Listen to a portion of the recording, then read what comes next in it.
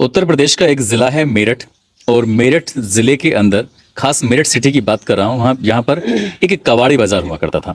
अब हालांकि वो कबाड़ी बाज़ार है, लेकिन वहाँ पर एक धंधे वाला यानी कि कोठे वाला काम होता नहीं है, जो वेश्यावृत्ति काम होता है। अब शायद साल 2019 से वो बंद हो चुका है।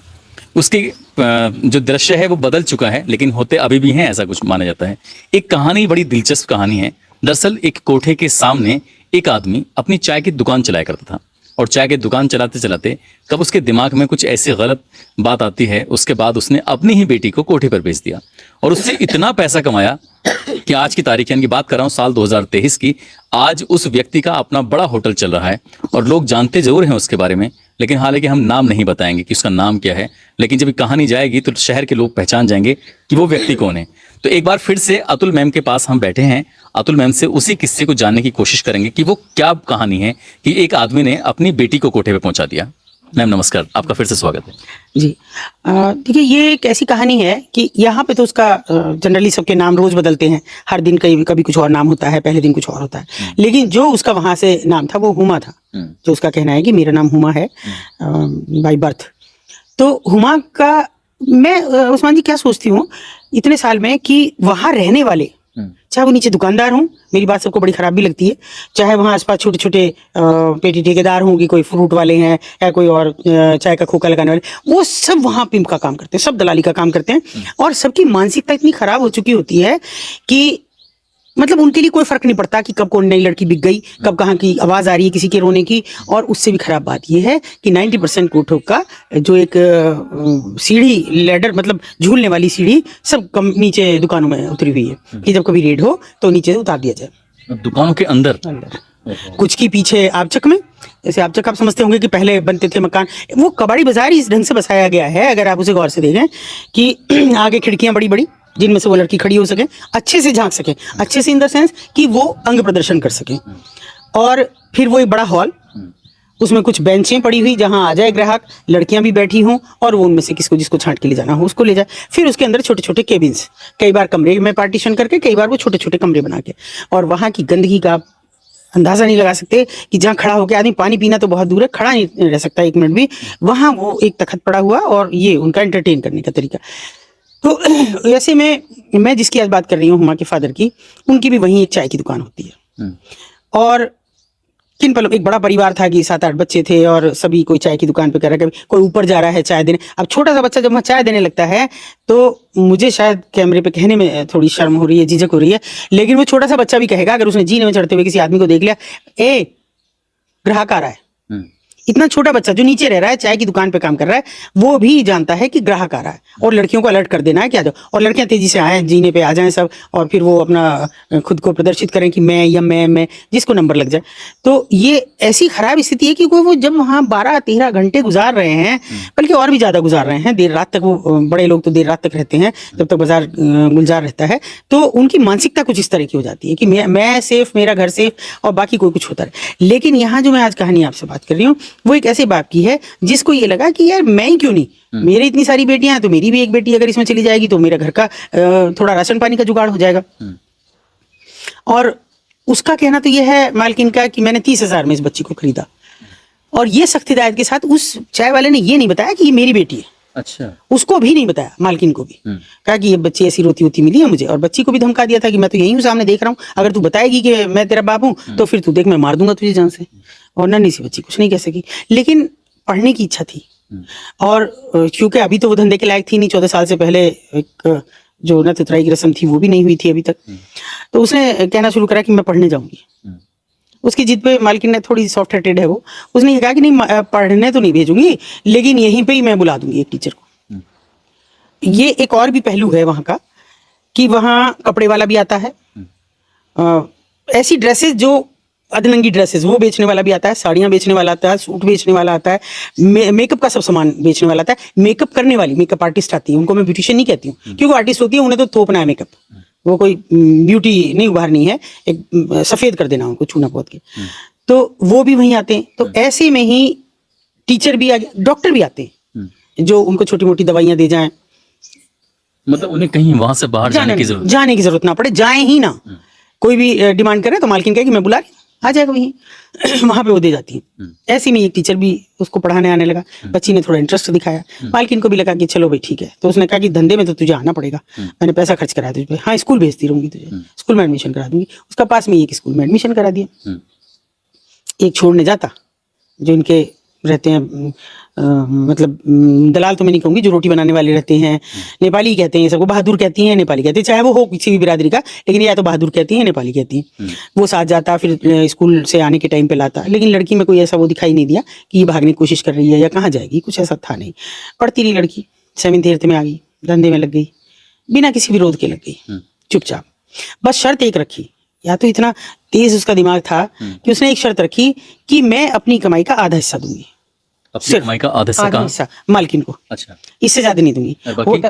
नहीं, बाकी तो ऐसे होता है ना कि मान लो 200 रुपए मिले दिए, जिसमें से मालकिन ने रख लिए, तुमको बाद की बात है, तुम्हें बचे या नहीं बचे, तुमको 10 रुपए देने हैं पुलिस वाले को 10 रुपए, मतलब 10 तो मैं इन द सेंस कह रही हूँ, 50 रुपए कम से कम एक ग्राहक के पुलिस वाले को जाएंगे, फिर जो मीडिएटर है जो ग्राहक तय करके लाया उसको जाएंगे, बाकी मालकिन को जाएंगे, और बचे तो 150 रुपए उस लड़की को, 50-60 रुपए एक कस्टमर के मुश्किल, मतलब शाम तक उनके पास शायद इतना पैसा नहीं होता कि वो अगर उनके बच्चा हो उसको दूध पिला सकें या वो खुद भी रोटी ढंग से खा सकें, क्योंकि बाजार से मंगा खाना उन्हें बनाने का पूरा धंधा उनके वजह से चल रहा है, उनकी वजह से चल रहा है। कुछ नहीं है उनके पास कुछ नहीं है, क्योंकि जो कंडोम्स हम उन्हें फ्री ऑफ कॉस्ट स्वास्थ्य विभाग भी प्रोवाइड कराता है, हम भी कराते हैं, तो वो भी उनको पैसा लेके दिया जाता है कि आपको अपनी सुरक्षा रखनी है तो ये पैसा लेके खरीद लो, रखें डब्बे। तो ये उनकी स्थिति होती है। उसने हर चीज में कॉम्प्रोमाइज किया, लेकिन इसमें नहीं किया कि मैं आधा पैसा लूंगी और मेरी पढ़ाई पे तुम खर्चा करोगी, और मैं कमाई का आधा हिस्सा, आधा हिस्सा लूंगी। नहीं तो फिर अब ये उनको लग गया था कि इसने बाहर की दुनिया तो देख ली है और ये किसी दिन भाग भी सकती है स्कूल जाते हुए, हो सकता है किसी से कुछ कह भी रखा हो इसने, थोड़ा मालकिन डर गई, उसको आधे देने लगी। अगर 200 रुपए दिए कस्टमर ने तो उसको आधे दे दिए। सुंदर थी, टिप्स भी लेने लगी कस्टमर से थोड़ा रिझा के, तो टिप में मालकिन का कोई हिस्सा नहीं होता, चलता रहा उसका काम। अब वो लगभग ग्रेजुएशन में मतलब 12th किया था और एडमिशन रजिस्ट्रेशन सब हो गया था पास के कॉलेज में भी, तो अचानक हमारे पास एक लड़की की सूचना आई और हमने वहाँ रेड कर दी। अच्छा, आपने रेड करी मतलब पूरी टीम के साथ, पुलिस वगैरह सब? हाँ सब। अच्छा। और वो होती और वो तो तमाम मीडिया थी और पूरा नीचे हजूम था, और उस लड़की ने भी कहा कि मैं भी निकलना चाहती हूँ। अच्छा, अचानक से कहा, तो हमने कहा ठीक है चलो कोई बात नहीं, क्योंकि नहीं लेकिन एक शर्त पे जाऊंगी नीचे। मैंने कहा क्या? कि मैं बताना चाहती हूँ नीचे सब लोगों को, कुछ पहले बोलूंगी, मीडिया को बुलवा दो। मैंने कहा मीडिया है वहाँ, सब है नीचे, पुलिस भी है, मीडिया भी है। चलो हम नीचे आ गए तो सबके बाहर चबूतरे बने रहते हैं, उस पर खड़ी हुई। लग रही थी कि वो स्मार्ट है, हमें भी जब तक नहीं पता था कि ये पढ़ी लिखी है, 8वीं 10वीं कर रही है, 12वीं कर रही है, हमें नहीं मालूम था। मतलब ये कितना मतलब दिलचस्प है कि वो लड़की वहाँ रहती है, पढ़ाई करती है और वो रात को, और अच्छा कंप्यूटर भी सीखे, मतलब एक आधुनिक उसमें रेस में चल रही है, और साथ में वो ये जो काम कर रहे हैं। लेकिन मैं सैल्यूट इसलिए करती हूँ उस लड़की को आज भी कि उन लड़कियों से अच्छी है कि केवल लग्जरी जुटाने के लिए जो इस धंधे में, वो आइडेंटिफाइड रेड लाइट एरियाज में नहीं है, वो घरों में अच्छी लड़कियां बन के धंधा कर रही हैं, वो होटलों में जाके कर रही हैं। आए दिन आप देख रहे हो कि मेरठ में तो बिल्कुल एक बाढ़ आ गई है इस तरह की होटल्स में जहां कॉल गर्ल्स जा रही हैं, उनसे अच्छी हैं वो लड़कियां। तो वो आई, उसने ऊपर खड़ी हुई, मैंने मीडिया से रिक्वेस्ट करी, मैंने कहा 5 मिनट, बाजार पूरा इकट्ठा था, ऐसा लग रहा था कि आज ही पूरा हजूम रहेगा कि ऐसा क्या कहने वाली है एक लड़की। अब वो तो बेचारी बिल्कुल एकदम कबूतरी सी डरी हुई थी, दूसरी बच्ची तो वो नेपाली थी, हमने उसका भी मतलब नेपाली थी, पढ़ी लिखी थी, वो भी 9th कर रखा था उसने। तो उसने कहा मैं कुछ कहना चाहती हूँ, उसके बाद जाऊंगी मैं, और रेस्क्यू तो मैं खुद भी हो सकती थी, मैं जब चाहे जब चली जाती। वो तो आजाद थी, घर से निकलती आती। हाँ, और मैं कहीं ना कहीं छोटी मोटी नौकरी भी कर लेती, और नहीं करती तो मैं किसी के घर में बर्तन मान लेती। लेकिन आज मैं आप सब लोगों को बात बताना चाहती हूँ, और मुझे ये मैडम मुझे निकालने नहीं आई थी, वो पूजा को निकालने आई थी। उस लड़की को कहा उसने, इसे निकालने आई थी, मैंने खुद से कहा कि मैं भी जाना चाहती हूँ ताकि मैं आप लोगों से बात कर सकूँ। अब हमें भी डर लग रहा था कि पता नहीं ये क्या कहेगी लड़की, आज क्या इसके मन में है। तो उसने कहा कि मैं यही की बेटी हूँ, इसी बाजार की। अच्छा। हमने सोचा किसी का किसी मतलब जो सेक्स वर्कर है उसकी बेटी होगी, तब भी हम नॉर्मल रहे। तो फिर उसने कहा कि मेरा बाप यहीं पे चाय की दुकान करता है, आज भी करता है, और ये जो भीड़ इतनी इकट्ठी है इनमें मेरा बाप भी है, ऐसे उंगली करके कहा। अच्छा। हाँ। अब उसके बाद में हमें भी बड़ी घबराहट सी हुई। मैंने कहा तुम क्या कह रही हो लड़की, देखो ये इतना सब मीडिया लिखेगा, दुनिया भर की बकवास होंगी, तुम समझ नहीं रही हो कि तुम कभी सामान्य जिंदगी नहीं जी सकोगी। तो क्या मैडम आप सोच रही मैं सामान्य जिंदगी जी रही हूँ? सामान्य नहीं है मेरी जिंदगी। मैं आधा पैसा अपनी कमाई का मालकिन को दे रही हूँ। बाहर जाके अगर चौका बर्तन किसी के घर में करूंगी तो मुझे अगर 1000 रुपए मिलेंगे तो मेरे होंगे ना। यहाँ मैं दिन भर में 1000 रुपए कमाती हूँ, तब जाके मुझे 500 रुपए मिलते हैं। और मेरी जो दूसरी साथी ना, पूछो पूजा से अगर इसे शाम तक 100 रुपए मिलते हो तो मैं बंधुआ मजदूर बन के नहीं रह सकती हैं। पर पूरी कहानी बता के जाऊंगी। उसने बताया कि मैं मेरे बाप की ही चाय का खोखा है। ये अलग बात है मेरी कमाई से। आप लोगों को ये लग रहा होगा कि मैंने तो हर रोज इतना पैसा कमाया, पैसा कहाँ गया? हर रोज मेरा बाप लेता था मुझसे पैसा, हर रोज चाय देने आता था और मैं चाय के उसके जो छीका है उसमें पैसे रख के देती थी रोज के कमाई के इसको। और आज इसने मेरी कमाई से होटल खोला है बाईपास पे। तो अब बस बहुत हुआ। अब मैं जो कमाऊंगी अपने लिए कमाऊंगी और इस गलीज धंधे से मैं नहीं कमाऊंगी। मुझे जो करना है, मैं कंप्यूटर भी जानती हूँ, मैंने 12th पास कर लिया है, बीए में रजिस्ट्रेशन करा दिया है। मुझे कोई कॉलेज आज के बाद मेरी फोटो छपे कुछ भी हो, मुझे कोई एडमिशन दे ना दे, लेकिन मैं अब इस जगह पर नहीं रहूंगी। मालकिन तो भाग गई, हमारा ध्यान नहीं हुआ, वो फरार। तो सोचा अब तेरा नंबर है, जेल तो तब भी जाएगी, तेरे यहाँ से 2 लड़कियां निकली हैं, लेकिन और ज्यादा चार्जेस लगेंगी। वो बताती रही और कुछ बताया उसने कि कितनी जाती हुई 14 साल की ने। मैंने बहुत विरोध किया कि ऐसा मेरे साथ मत करो, लेकिन इस शहर का एक मौजिज़ आदमी आया जिसने मेरी मालकिन को अच्छे खासे पैसे दिए और वो मैं रात कभी नहीं भूलूंगी। वो मेरे बाप से भी उम्र में बड़ा था। मैं उसके पैर पकड़ती रही, मैं रोती रही कि आप तो हिंदू हो, आपको तो पता होना चाहिए कि हिंदुओं में बेटियों की कितनी इज्जत करते हैं और आपकी तो मैं बेटी बराबर हूँ। लेकिन यहाँ हर आदमी देह धर्म निभाने आता है। यहाँ कोई किसी की बेटी नहीं, बहन नहीं, माँ नहीं, यहाँ कोई किसी का बाप नहीं, भाई नहीं, कुछ नहीं है। यहाँ सब देह धर्म निभाने आते हैं। वो सब ने निभाया। मैंने उनके पैसे के बदले में अपने आप को बेचा और बस बात खत्म हो गई। ना वो दोषी ना मैं दोषी। आज मैं इस सब से निजात पा रही हूँ। लेकिन मैं बताना चाहती हूँ कि अगर आप सबकी हो कि मैं अपने बाप का नाम बताऊं तो मुझे एक बार बताएं। किसी ने नहीं कहा कि बाप का नाम बताऊं, किसी ने नहीं कहा ना। तमाम मीडिया छुप रहा तो मैंने भी नहीं कहा। मैंने कहा बेटा तुमने इतने साल गुजार दिए, 15 साल तुम्हें यहाँ हो गए, तो अब मत कहो।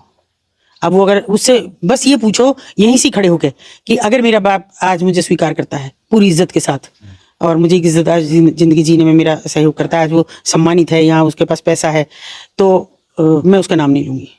उसने कहा क्या तैयार है मेरा बाप? और अगर नहीं, अभी मेरे बाप ने ये कहा, मैंने कहा वो कैसे बोलेगा इतने लोगों के बीच? तो बोली ठीक है, मेरे बाप के पास मेरा फोन है, वो मुझे कॉल करके बताए, मैं यहीं खड़ी हूँ, वो मुझे कॉल करे और बस सिर्फ कॉल करके छोड़ दे तो मैं समझ जाऊंगी।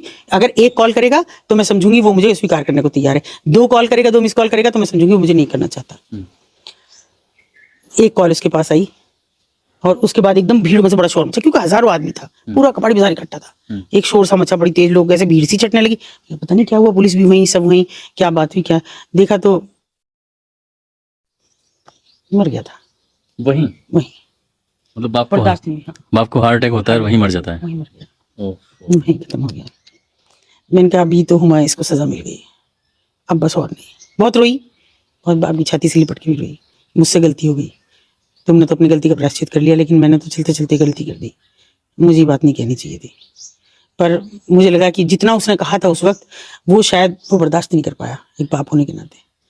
उसी की कमाई, उसी की सब चीज़ कैसे एक बाप बर्दाश्त कर सकता है कि मेरी बेटी क्या बिजनेस कर रही है, क्या कमाने का उसका जरिया है, मैं क्या कर रहा हूँ। तो वो बर्दाश्त नहीं। इतनी भीड़ में कुछ सफोकेशन भी था, कुछ वो चुप्पी भी थी, और वो कॉल जो कराई उसने, हो सकता है उसी भी डर लगा हो कोई आसपास, तो दिल की धड़कन भी बढ़ती है। ये कौन से सन की बातें हैं? ये अभी ज़्यादा पुरानी नहीं है, 16 या 17 के आसपास की बात है। मैं तब CWC मेंबर थी हापुड़, तब की बात नहीं है, क्योंकि 17 में तो मैंने क्विट ही कर दिया था। 15, 16, 17 की बात नहीं, ज़्यादा पुरानी नहीं।